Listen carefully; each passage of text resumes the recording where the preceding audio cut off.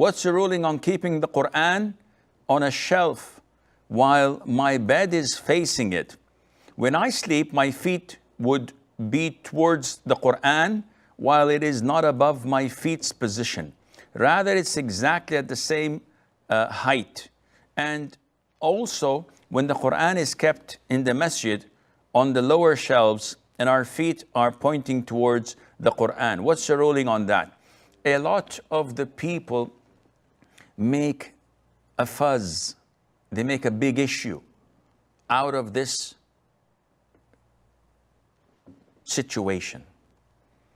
You'll find people sitting in the masjid, leaning on a pillar, for example, or on a cupboard that has Qur'ans, and the elders come to him, said, "What are you doing? Move away from here." Said, "What am I doing?" Said, "You're disrespecting the Quran." Said, "Where is the Quran?" He says, "Behind you." So there's nothing behind me, it's a cupboard. It's the bookshelf. And I'm giving my back to it. Said, no, inside there is the Quran. This is disrespectful. Okay, you move somewhere else.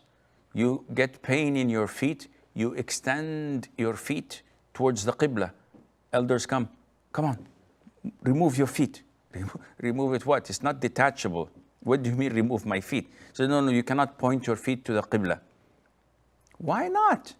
Say, this is disrespectful to the Qibla. Subhanallah. And if I turn my back to the Qibla, say, this is respectful to the Qibla. And if I go sideways, my feet would be pointing at someone praying. It's respectful to the person praying. What should I do? Amputate? This is not logical. And it's not found in Islamic teachings. Yes, if someone says to me, put your Quran next to your feet. You're on the ground, your foot is here, and the Quran is here.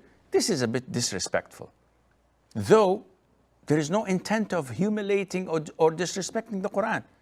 I wouldn't say it's haram, but it's inappropriate. But to stay in your room, and my room is 4 meters by 4 meters or by 5 meters. And at the end of the room, there's a shelf with the Quran, and my bed is to that direction, and my feet are facing the Quran. And people say, no, this is haram. Why is it haram? By your logic, if I'm sitting on a couch and my brother who is a hafiz is sitting on the floor, I should go and sit on the floor as well. Because he's a hafiz, I'm disrespecting the Quran. This can never end. And this is all baseless and is not related to Islam. Sometimes we tend to make an issue out of nothing. And we base our arguments, we fight over them, which was never done by the Prophet ﷺ nor his companions. You're disrespecting the Quran. Akhi, the Prophet ﷺ used to place his head in Mother Aisha's lap. He used to lie down and he used to recite the Quran.